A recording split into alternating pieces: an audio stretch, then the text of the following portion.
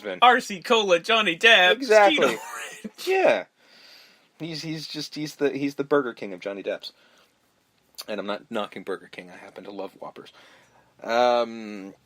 Dewey in the script was envisioned as hunky. Somehow David Arquette fit that role, but he was asked. Somebody missed the point on that one. He was asked to play. David Arquette was asked to play the role of Billy at first, but he opted to play Dewey, and the character was rewritten to become a lot more bumbling and comedic to fit. Breckin Meyer and Jason Lee auditioned for the role of Randy Meeks.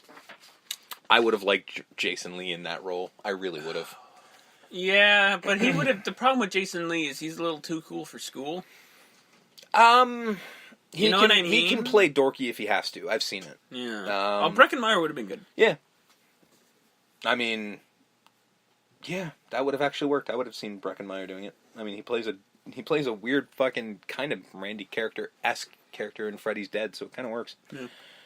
Brooke Shields was nearly cast as Gail Weathers after Janeane Garofalo turned the role down. Janeane Garofalo, that would have been an interesting That would have not worked. Choice. Janeane Garofalo has, like, one setting as far as her acting goes. It's mid-range, I've never been excited about anything. That's just Janeane Garofalo. You don't want her for this character. Courtney Cox approached the production to pursue the role. She was interested in playing a bitch character to offset her nice character on Friends. The image was the main reason why the producers initially refused to consider Cox for the part. Cox continued to lobby the studio as she felt she could believably play the character. Yeah, saying Cox that much is hilarious. No, I'm just like... Oh, is that what you giggle back? Because I almost did. No, because Monica's a bit of a bitch. She is, but not in the same way. No. You know? To be fair, Gail's a lot bigger of a bitch. But... Monica's just annoying. Yeah. She's actually the nicest character on that show. Yeah. You know? Producers wanted to film the movie in Vancouver, BC, but Wes insisted it be shot in America as it was supposed to be truly American. I love this story. The high school scenes were to be shot at Santa Rosa High School in California. However, very close to the shooting date, the school board read the script and denied the film to be shot there due to the violent nature, as they had been under the impression the film was a comedy. The local newspaper criticized the production, and irate parents objected to such a film taking place at their children's school. Comparisons were made between the film violence and the kidnap and murder of Polly Klaas 3 years prior, which had left the area sensitive toward violence. The producers received support from the school's students as well as some local residents who recognized the economic benefits that would be generated by the film's presence.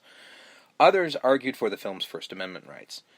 The dispute resulted in a 3-hour debate scheduled for April 16th, 1 day after filming was to begin. Unwilling to be delayed, Craven began filming as scheduled on the 15th. He started with the opening scene of the film with Drew Barrymore. The scene took 5 days to complete. The result of the Santa Rosa debate was the permission would be denied. The production was forced to find another location for the school and ended up filming at the Sonoma County Center, southeast of Santa Rosa, costing production roughly $1 million. As a dig, Wes put in the end credits under the special thanks section, "No thanks whatsoever to the Santa Rosa City School District Governing Board." In the script, Kevin Williams Sid had only described the antagonist as a mass killer, which gave Wes Craven no specific information on what type of mask to use or how to conceal the body. What kind of mask? Just any mask. Just a mask.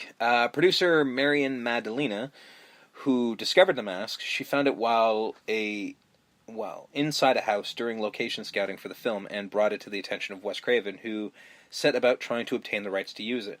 It was owned by a company called Fun World.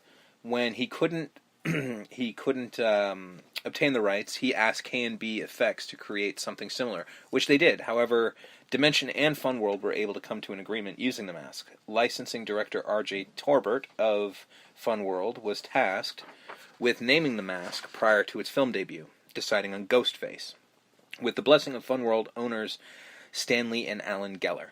Question? Yes. What came first? The chicken or the egg? I have no idea.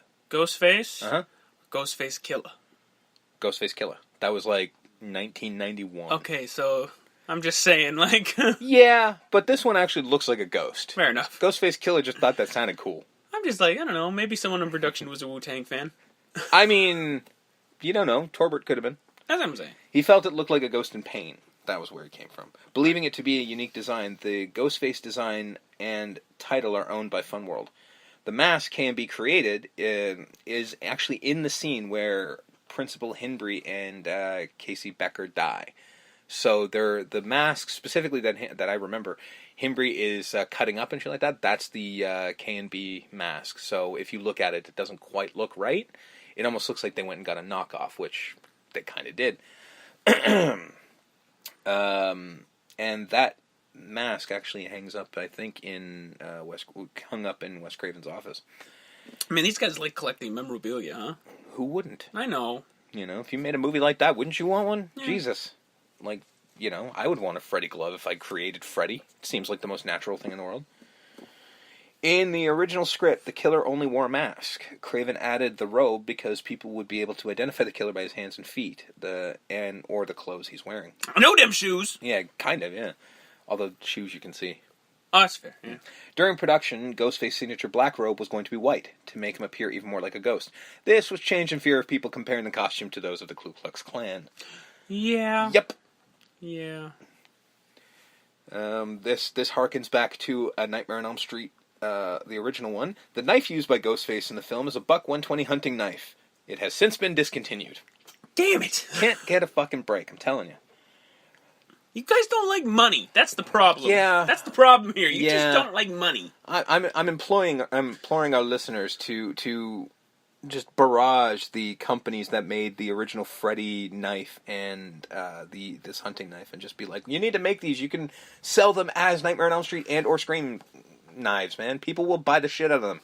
I could definitely tell you I will buy a set of tomato knives that look like those Freddy knives. I'm telling you right now. You're sitting on a gold mine. Now I'm just angry. I don't want to continue. Fuck this.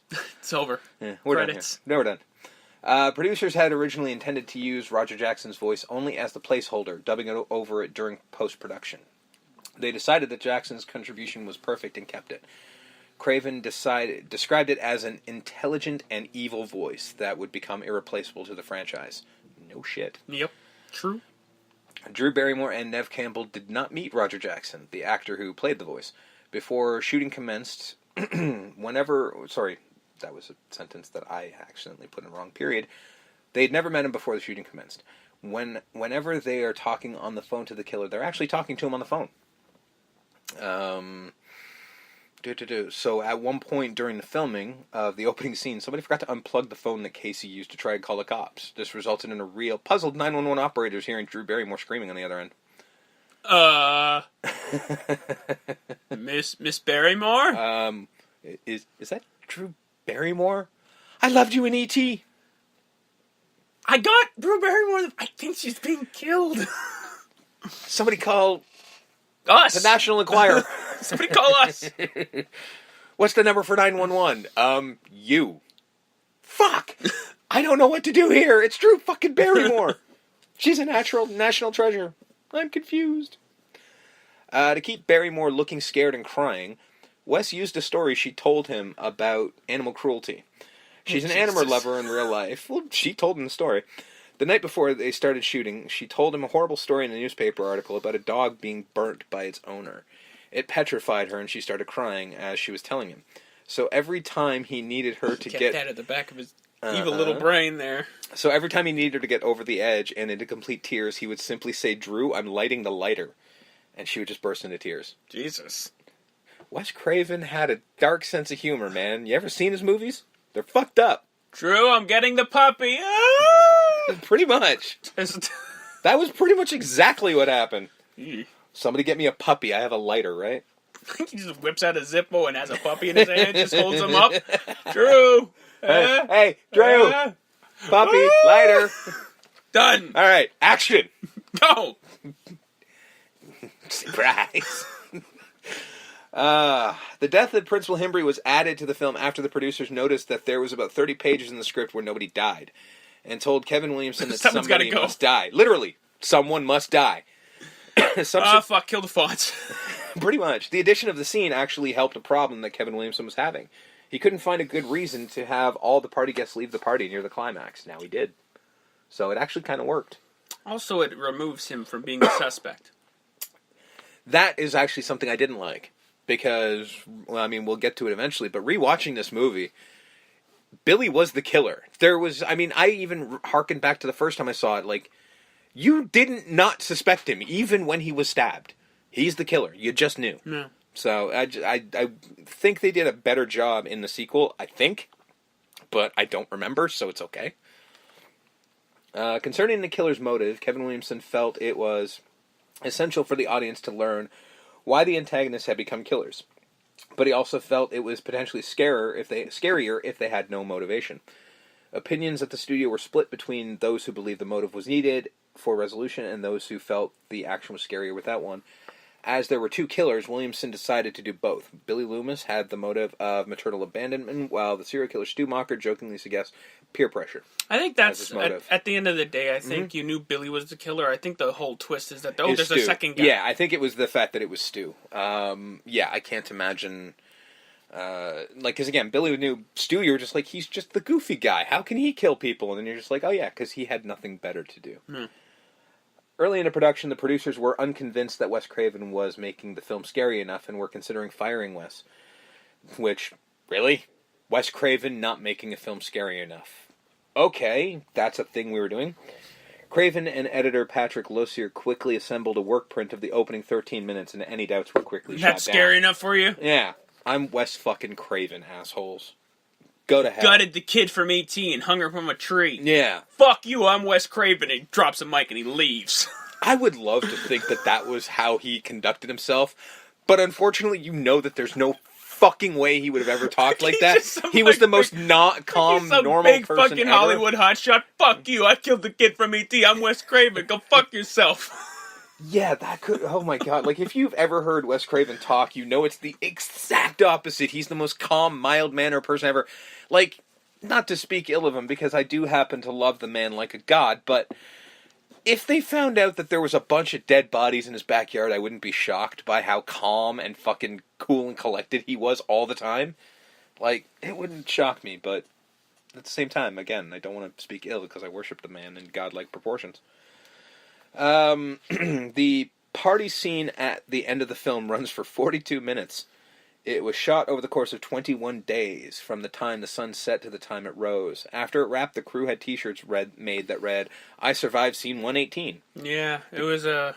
Yeah. I've seen it. I saw a documentary on Scream, Mm-hmm. and that's like they speak about this scene because it's basically, when we get to the rundown of the film, this is basically the third act of the film takes place in this third scene. act. This is like the second and third act. Like the end of the whole second... movie. The whole movie is setting up for this party. Yeah. Everything else in this movie is setting up for this moment. So like, they had t-shirts made. Sorry, I did the t-shirt thing.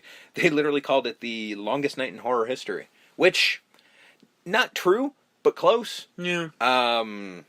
Because, Evil Dead takes place over the course of one night, so the whole movie is a night, so sorry guys, but still. How long did it take them to film that movie? A long time. More than 21 days? Probably. Okay, well then fair enough. I could be wrong, but probably. Then fair enough. Just because low budget, I think they filmed it on weekends, so it may have been shot over the course of like a year. So, Well, okay, fair enough. Mm-hmm. During this time, I like this story too. It's like, wow, you're an idiot. During this time, director of photography Mark Irwin was fired, a week before principal photography was to be completed. Upon review of the dailies, Craven found the footage was out of focus and unusable. Irwin was initially ordered to fire his camera crew.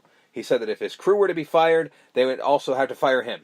So the producers fired him and replaced him with Peter Deming. Cool, you can go too then, bye. Yeah, like... Well, fuck, I understand bluff. All right. I understand being nice to your crew, but dude, you should have known that this is where this was going to go, because it was your fault, and they're letting you off. Well, if they're going to go, I'm going to go too. Yeah.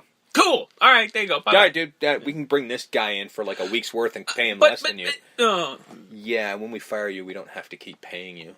So, son of a... You suck. Bitch. Yep, you're dumb. And I should look into see if he actually filmed the next film, because it's possible. Craven sent 8 different cuts of the film to deal with complaints. This one? You like it? No? How about this one? From the MPAA. Oh, fucking MPAA. Problem scenes included the gutting death of Steve Orth, where he was required to remove any movement of the character's internal organs, which he did. The throat cutting of Kenny, where he had to trim the end of the scene, as the MPAA felt the actor's pained expression was too disturbing.